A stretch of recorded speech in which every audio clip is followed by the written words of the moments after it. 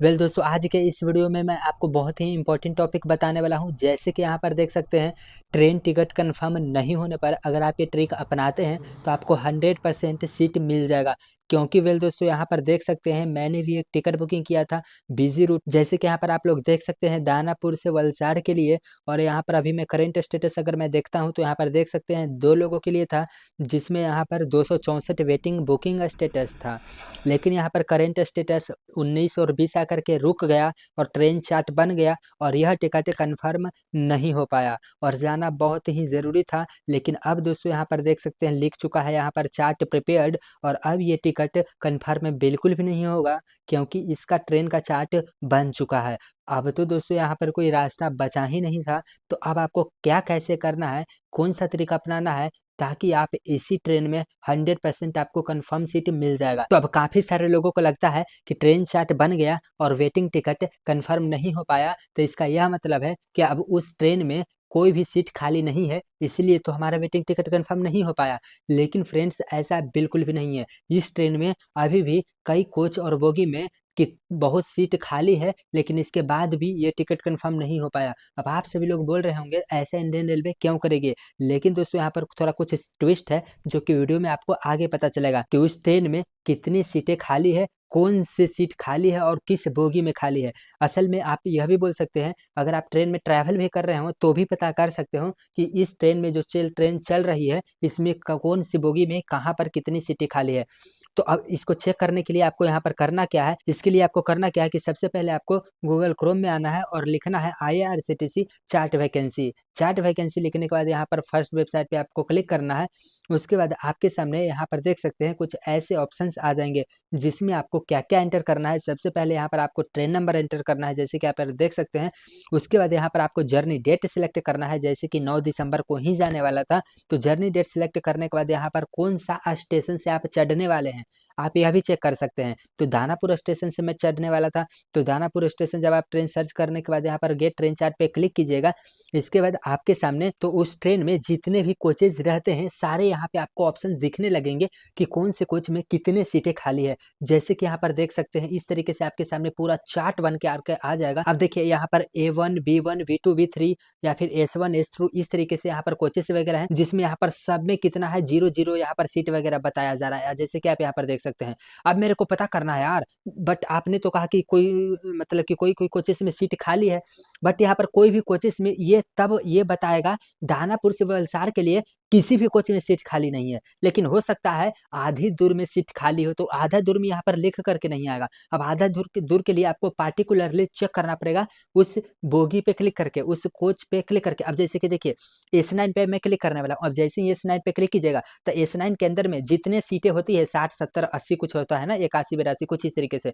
तो S9 के अंदर में देखिए यहाँ पर सीट नंबर भी लिख करके आ गया और वो सीट साइड लोअर है, अपर है, मिडिल है, सब लिख करके आ जाएगा।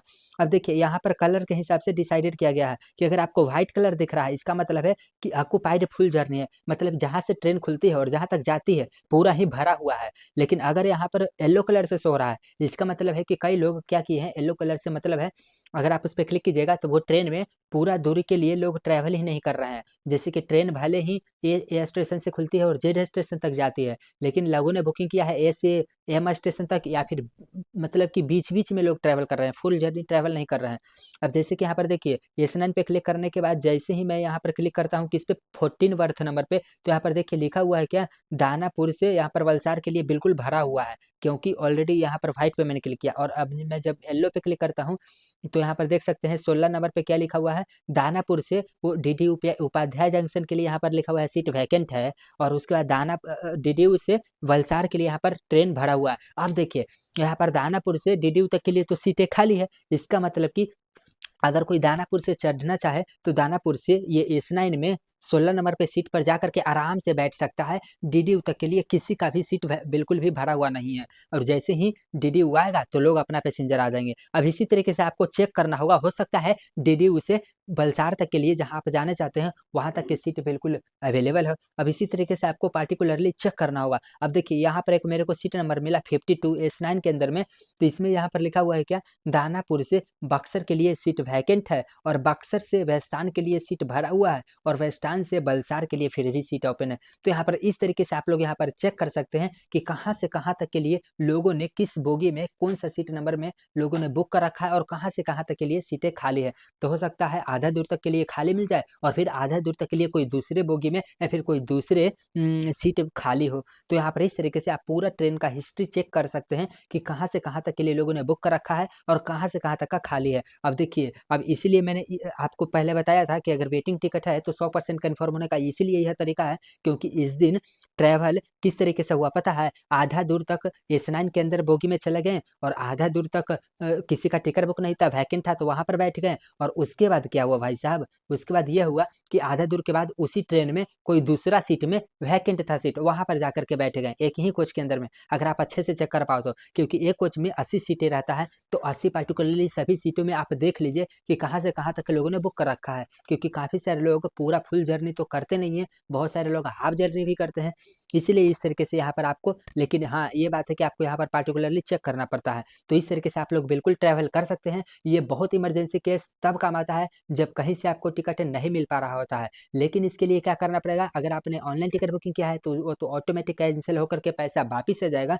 तो अब आपको करना क्या होगा? काउंटर से जा करके आपको यहाँ पर टिकट ले लेना होगा, या फिर आपको क्या करना होगा? जाइए और ट्रेन में बैठ जाइए जनरल टिकट वगैरह लेकर के। तो टीटी जब आएगा तो आप टीटी से टिकट यहाँ पर बना लीजिएगा। इस तरीके से क्या होगा, जैसे ही टीटी आए तो आप कहिएगा कि मेरा आप टिकट बना दीजिए। तो अगर वो जो लोग जनरल टिकट वगैरह देखेंगे तो हो सकता है पेनल्टी चार्जेस वगैरह ना लें, क्योंकि आप ही खुद टीटी के पास जा रहे हों। तो इस तरीके से आप लोग कर सकते हैं, या फिर अगर टीटी पेनल्टी चार्जेस वगैरह भी लेते हैं तो आप लोग यहाँ पर टिकट बना लीजिएगा। इस तरीके से आपको जो सीट वगैरह मिलेगा वो आपको पता रहेगा कि यहाँ से यहाँ तक लोगों ने कभी भी कोई वो लोग बुक कर ही नहीं रखे हैं, तो आप ही का वो सीट बिल्कुल कन्फर्म और रिज़र्व होगा। इस तरीके से आप लोग यहाँ पर ट्रैवल कर सकते हैं बहुत ही इमरजेंसी केसों में। मैंने ऐसे ही ट्रैवल किया है, अगर सीट वगैरह खाली नहीं मिल पाता है या फिर तत्काल वगैरह में सीट नहीं मिल पाता है तो प्लीज़ आप सभी लोग नीचे कमेंट करके बताइए कि आपको यह पहले से ट्रिक पता था या फिर नहीं पता था।